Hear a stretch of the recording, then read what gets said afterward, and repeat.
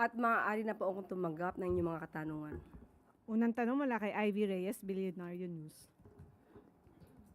Hi, Yusek. Good afternoon. Amnesty International and criminal law professor Barry Gutierrez both said that lowering the age of criminal responsibility doesn't really have a guarantee of deterring violence. While Malacanang is open to this push, meron po bang reservations ang Malacanang tungkol dito? Kagaya ng ating sinabi kahapon, depende po ito sa magiging bersyon kung gagawa man at magbabalangkas ng panukalang batas. At ito iaarali ng Pangulo at para malaman natin kung ano ang nararapat para sa ating mga kabataan. Sunod na tanong mula kay Left Narciso, DZRH. Good afternoon, Yusek. Mayroon pong report na tumaas ang stunting sa mga batang Pilipino. Nakarating po ba ito sa Pangulo at ano ang kanyang reaksyon dahil marami na tayong mga programa para matugunan ang pagkabansot sa mga bata? Hindi ito kahapon lang naging problema. Alam ng Pangulo ang problemang ito, kaya nga po siya nung nakaraang taon ay nag-utos na magpatayo ng child development centers at mga daycare centers. At ang DepEd po sa ngayon ay meron pong programa, ang School-Based Feeding Program for 2026 to 2027 na meron pong budget ng 25.6 billion para malabanan ang kagutuman sa mga kabataang mag-aaral. Ang mabibinipisyohan po nito ay aabot po sa 4.63 million learners nationwide.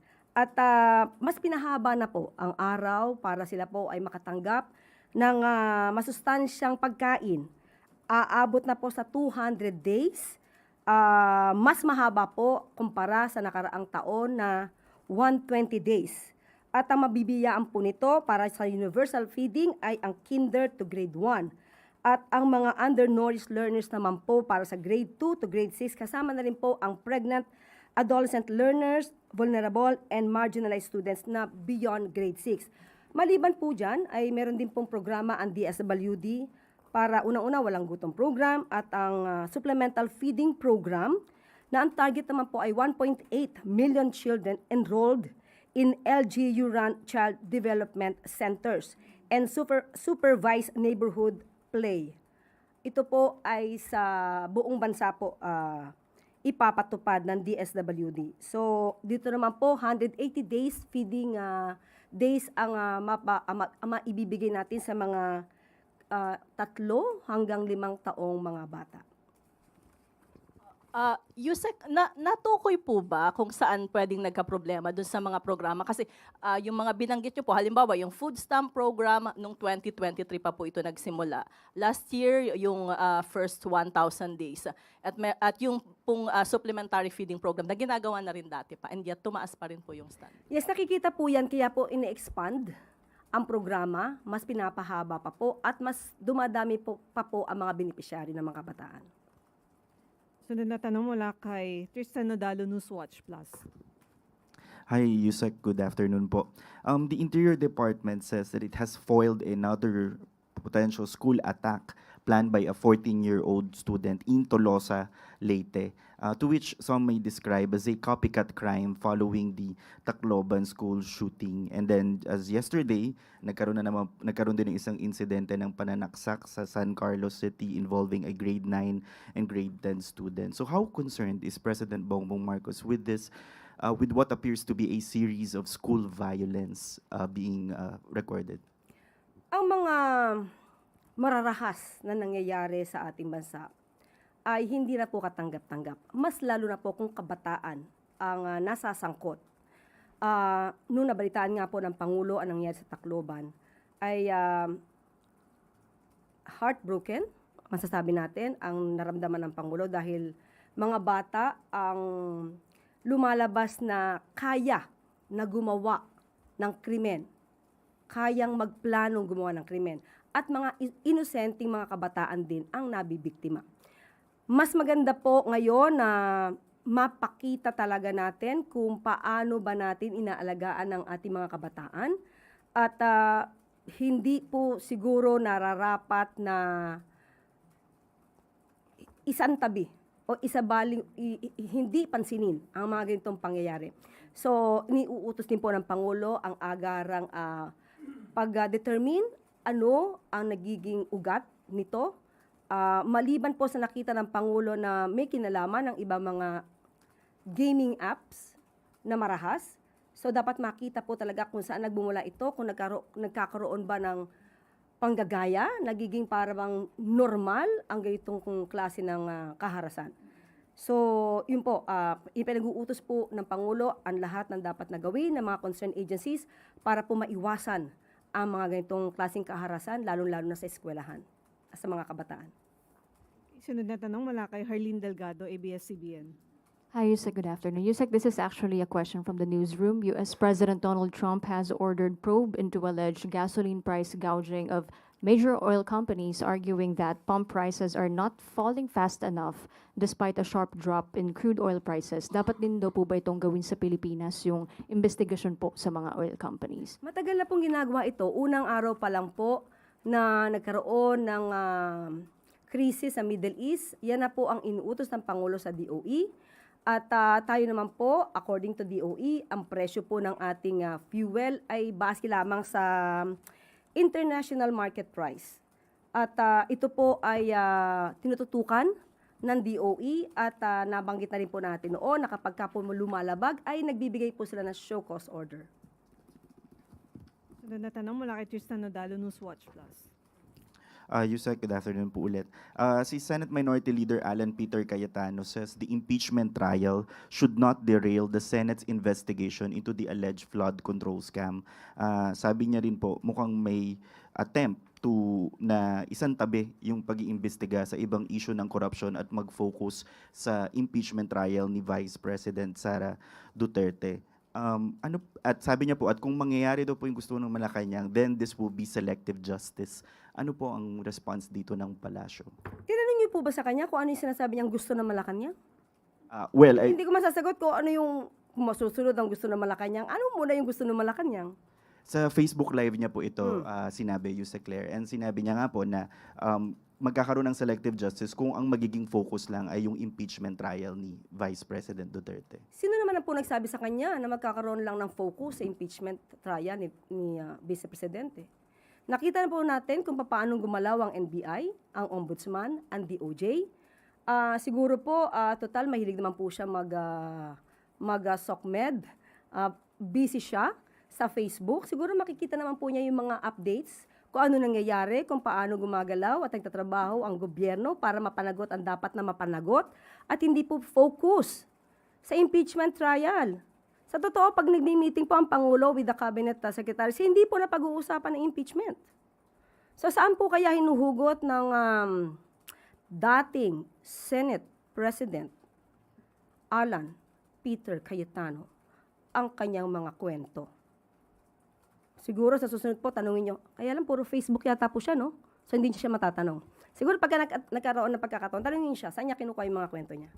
Isa na lang po on that same Facebook Live, nasabihan niya po si Tindig Pilipinas co-convener Kiko Aquino D of acting on instructions from the administration after Kiko D filed an ombudsman complaint dahil nga po sa pagpapatakas kay Senator Bato de la Rosa. Sinabi niya nga po, hindi ka Kiko D. Marcos, isa kang Aquino. Parang ano po ang iniugnay, ano pong response ng palasyo doon? Kilala naman po niya siguro si Mr. Kiko D.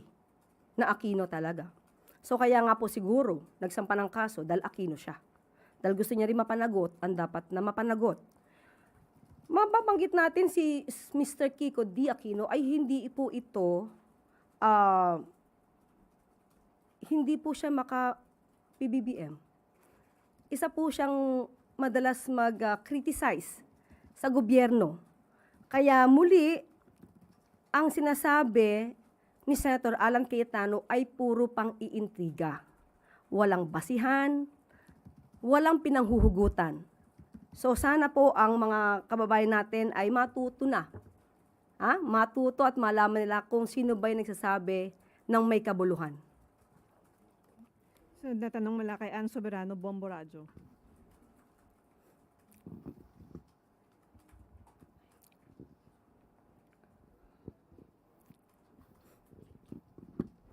Yusek, good afternoon. Yusek, possible po na matatapos na yung pre-trial conference ngayong araw sa impeachment case ni Vice President Sara Duterte. Kung magpapatuloy po ang Senado sa paglilitis ng impeachment laban kay BP Sara, ano ang katiyakang maibibigay ng Malacanang na hindi maantala o maapektuhan ang operasyon ng gobyerno at ano ang mensahe ng Pangulo sa mga Pilipinong nagkakaroon daw umano ng pagkahati-hati dahil sa usapin ng impeachment? Ang ehekutibo po, ang Pangulo, hindi po naaantala ang mga proyekto. Patuloy po nagtatrabaho kahit ano pa po ang issue. Maliban lamang po kung may mga taong gusto talaga maantala ang proyekto ng Pangulo. Pero siyempre po, yan po ay lalabanan. At hindi papayagan na maantala ang mga proyekto ng gobyerno dahil lamang sa ibang mga obstructionist. Ang Senado naman po ay may sarili po silang mandato. Alam po nila ang kanilang schedule at alam din po nila ang trabaho nila bilang impeachment court at bilang isang legislative body. Alam po nila kung kailan dapat gumawa ng batas at kailan kailangan na humarap bilang senator judges sa isang impeachment court. So, sa ating palagay, responsable naman din po ang mga senador natin para tapusin ang kanilang trabaho. Huwag na lang sana magkaroon ng pagboboykot muli ng mga sessions. At ano pa po yung pangalawang tanong? Meron pa po ba? Yung mensahe lang po ni Presidente. Oo. Ma'am, Oo. sige po ma'am. Kung Mensahe saan? Saan mensahe sa? mensahe ni Pangulong Marcos doon sa mga Pilipinong nagkakaroon daw ng paghati-hati Mm-mm. dahil sa usapin ng impeachment. Okay.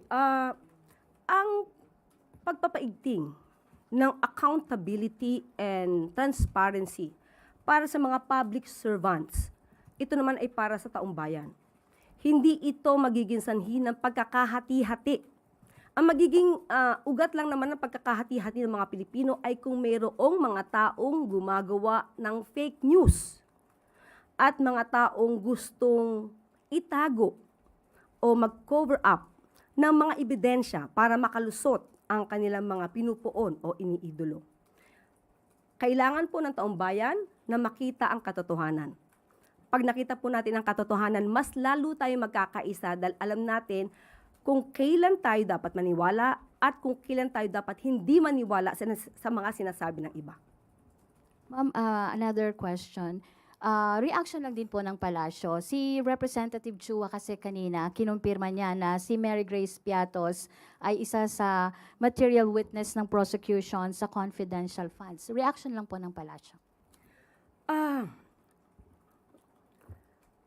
Strategy po nila yon. Strategy nila.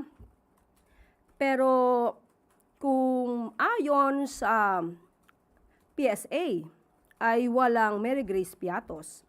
So baka mahirapan silang makita kung sino yung Mary Grace Piatos. Pero nasa kanila po yung style or strategy. Salamat, ma'am. So, natanong mula kay Erica Sinaking, Business World. Good afternoon po, Yusek. On a different note naman po, the DBCC has lowered the GDP growth forecast for this year to 3.5% to 4.5%, well below the government's initial 5% to 6% target. Does the government see the lower growth forecast as temporary setback? And are there other economic targets that will be revised? Ang nangyari po kasi dito, dahil meron tayong kinaharap na global oil crisis at yun po ang nakikita ng mga economic team natin kung bakit nagkaroon ng ganitong sitwasyon. Pero ang sabi naman po ni DBM Secretary Kim De Leon, kailangan na po talagang gumastos ng gobyerno. Nakita din po kasi ang pag-iingat naman ng sobra ng DBM sa nakaraang taon dahil nga dito sa mga maanumalyang flood control projects. So hindi agad gumastos ang gobyerno, pinag-aralan mabuti at hindi basta-basta inilabas ang pondo. Isa po ito sa naging dahilan kung bakit medyo umina po ang growth ng ekonomiya ng bansa. So ngayon, sa pamumuno po ni Secretary Kim De Leon, maliban po sa pag-iingat, kailangan na po talagang gumastos lalong-lalo na sa infrastruktura. Lumiit po kasi ang gastos sa infrastruktura because of the issues on the flood control mess. Alright po. Follow up. Dun po sa gastos, meron po kaya kami makukuhang data sa mga susunod na week? Kasi yung other macroeconomics daw po na assumption ay marirelease na rin po this week, sabi po ni Sec Balisacan. Doon po ba kay Sec Kim, meron din po bang Itatanong natin sa kanya, ibigay niyo lang po sa akin kung ano yung gusto nyong makuha na data para itanong po natin sa kanya. Thank you po. And last na rin po, might this lower growth forecast for this year drag on 2027 growth outlook pati na rin po sa 2028? Or hindi naman po nakikita ng economic manager? Ang sabi po sa atin, since ngayon po ay gumaganda na po ang paggastos sa infrastruktura, nakikita niyo naman po. So nakikita po second half this year ay malamang magkaroon na po ng konting improvement. Thank you. Sunod na tanong mula kay Samuel Medinilla, Business Mirror. Good afternoon, ma'am. On a related topic po. What is the government's plan to boost economic growth in the second half of the year? Dahil nga na-mention po na medyo binabaan po ng DBCC yung growth forecast for the second half of the year. Para kay Sam, okay, kasi nga ito yung nagiging issue talaga. So hiningin ko na po mismo sa DBM ang sagot. And I quote, "The government recognizes that recent external and domestic developments, including geopolitical uncertainties and the need to strengthen governance and quality in infrastructure implementation, require a measured policy response. Looking ahead, the government intends to pursue strategic, high-quality public investments supported by stronger project preparation, integrated infrastructure master planning, and improved budget execution to sustain long-term growth." So, yan po ang nakuha natin mismo kay Secretary Kim De Leon. Follow-up lang po. Earlier this year, nagsabi na po yung mga cabinet secretaries at saka yung palace na nag-increase na po ng spending for infrastructure. Tsaka nag-release na rin po yung government ng malaking pondo para po doon sa response ng Middle East crisis. Bakit po hindi pa rin po siya nakatulong sa pag-accelerate ng growth sa first half po ng taon? Hindi pa rin po kasi tatapos ang krisis sa Middle East kahit ano pong gawin natin sa ngayon, nakakaapekto pa rin po siya maliban pa po sa mga political noise na nararanasan natin sa ngayon. Last question na lang po. May update po kaya tayo doon sa proposal na supplemental budget? Wala pa ngayon, Sam, kasi kakatanong ko lang last Tuesday. So, wala pa sa atin na ibigay na update. Thank you po, ma'am. Sunod na tanong mula kay Rafi Ayeng, Daily Tribune. Hi ma'am, good afternoon po. Si Executive Secretary Ralph Recto had a meeting with cabinet secretaries on June 22 regarding budget utilization. May we know po kung anong department ang may biggest unutilized funds and ano naman po ang department na maayos na nagagamit ang pondo nila? Because as they say, unutilized funds, delays in government services, and that hampers economic growth. Rafi, sa ngayon, wala akong pinakadetalye at bibigay ko na lamang sa iyo kapag nahingi ko na po kay ES Ralph Recto. Dahan tanong mula sa MP. May follow-up si Tristan Nadalo, Newswatch Plus. Hi, Yusek. Bahabol lang po. Yung nung nakaraan po, katatapos lang na ICC status conference sa trial ni former President Rodrigo Duterte na raise ni ICC presiding judge Joanna Corner yung paglaganap ng fake news sa kaso ni Duterte dahil sa mga naging pahayag ng counsel, and na-call out po si dating lead defense counsel Nicholas Kaufman sa kanyang mga naging pahayag sa media.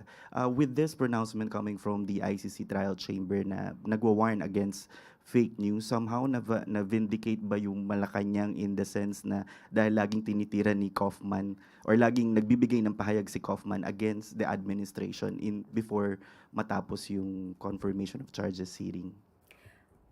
Naging makabuluhan po ang ipinahayag ng ICC dahil nakita po natin na hindi lamang po tayo ang nakakakita at nakakapansin ng pagkalat ng fake news. At karamihan dito po ay talaga nanggagaling sa kampo ng mga Duterte, lalong-lalo na patungkol dito sa kaso sa ICC. Tama-tama lang po na na-call out si Atty. Kaufman dahil ang kanyang mga ipinapahayag ay pawang walang basihan, puro paninira sa gobyerno na hindi naman makakatulong sa depensa ng kanyang kliyente. So, nakikita po natin kung ang mga pinapahayag ni Atty. Kaufman noon ay puro pamumulitika lamang.